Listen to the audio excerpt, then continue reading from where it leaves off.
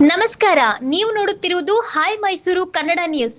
ವಿಶ್ವವಿಖ್ಯಾತ ಪುಣ್ಯಕ್ಷೇತ್ರ, ಸಾವಿರಾರು ಪ್ರವಾಸಿಗರ ನೆಚ್ಚಿನ ತಾಣ. ರಾಜ್ಯ ಹಾಗೂ ಹೊರ ರಾಜ್ಯಗಳಿಂದ ಲಕ್ಷಾಂತರ ಭಕ್ತರು ಭೇಟಿ ನೀಡುವ ತಲಕಾಡು.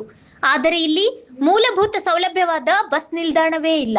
ಹೌದು, ಪ್ರತಿನಿತ್ಯ ಸಾವಿರಾರು ಜನರು ತಲಕಾಡಿಗೆ ಆಗಮಿಸುತ್ತಿದ್ದರೂ ಬಸ್ಗಾಗಿ ಕಾಯಲು ಸರಿಯಾದ ಬಸ್ ನಿಲ್ದಾಣವಿಲ್ಲದೆ ಪ್ರಯಾಣಿಕರು ಬಿಸಿಲಿನಲ್ಲಿ ಪರದಾಡುವ ಸ್ಥಿತಿ ನಿರ್ಮಾಣವಾಗಿದೆ.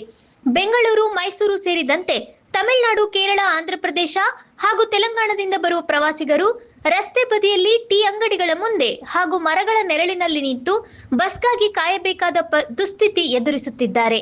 ಮಹಿಳೆಯರು, ಹಿರಿಯ ನಾಗರಿಕರು ಮತ್ತು ಮಕ್ಕಳ ಸಂಕಷ್ಟ ಹೇಳತೀರದು.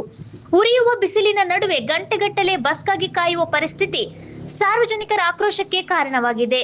ಇನ್ನೂ ಗಂಭೀರ ಸಂಗತಿ ಎಂದರೆ ಬಸ್ ನಿಲ್ದಾಣ ನಿರ್ಮಾಣಕ್ಕೆ ಮೀಸಲಾಗಿದ್ದ ಸರ್ಕಾರಿ ಜಾಗಗಳು ಹಿಂದಿನ ಆಡಳಿತದ ಅವಧಿಯಲ್ಲಿ ದುರುಪಯೋಗಗೊಂಡಿವೆ ಎಂಬ ಆರೋಪಗಳು ಕೇಳಿಬರುತ್ತಿವೆ. ಇದರ ಪರಿಣಾಮವಾಗಿ ಇಂದು ತಲಕಾಡಿನಲ್ಲಿ ಬಸ್ ನಿಲ್ದಾಣ ನಿರ್ಮಿಸಲು ಜಾಗವೇ ಇಲ್ಲದಂತಾಗಿದೆ ಎಂದು ಗ್ರಾಮಸ್ಥರು ಆರೋಪಿಸುತ್ತಿದ್ದಾರೆ. ಪ್ರವಾಸೋದ್ಯಮದ ಮೂಲಕ ಸರ್ಕಾರಕ್ಕೆ ಕೋಟಿ ಕೋಟಿ ಆದಾಯ ತರುವ ತಲಕಾಡಿನ ಅಭಿವೃದ್ಧಿ ವಿಚಾರದಲ್ಲಿ ಜನಪ್ರತಿನಿಧಿಗಳು ಹಾಗೂ ಅಧಿಕಾರಿಗಳು ಯಾಕೆ ಮೌನ ವಹಿಸಿದ್ದಾರೆ ಎಂಬ ಪ್ರಶ್ನೆ ಈಗ ಸಾರ್ವಜನಿಕ ವಲಯದಲ್ಲಿ ಕೇಳಿಬರುತ್ತಿದೆ.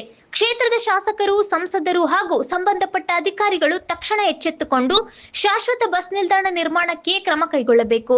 ಇಲ್ಲವಾದರೆ ಮುಂದಿನ ದಿನಗಳಲ್ಲಿ ಸಾರ್ವಜನಿಕರ ಹೋರಾಟ ಅನಿವಾರ್ಯವಾಗಲಿದೆ ಎಂದು ಸ್ಥಳೀಯರು ಎಚ್ಚರಿಕೆ ನೀಡಿದ್ದಾರೆ. ವಿಶ್ವ ಪ್ರಸಿದ್ಧ ತಲಕಾಡಿಗೆ ಬಸ್ ನಿಲ್ದಾಣವಿಲ್ಲ. ಇದು ಅಭಿವೃದ್ಧಿಯ ವೈಫಲ್ಯವೇ, ಜನಪ್ರತಿನಿಧಿಗಳ ನಿರ್ಲಕ್ಷ್ಯವೇ ಎಂಬ ಪ್ರಶ್ನೆಗೆ ಉತ್ತರ ಸಿಗಬೇಕಾಗಿದೆ.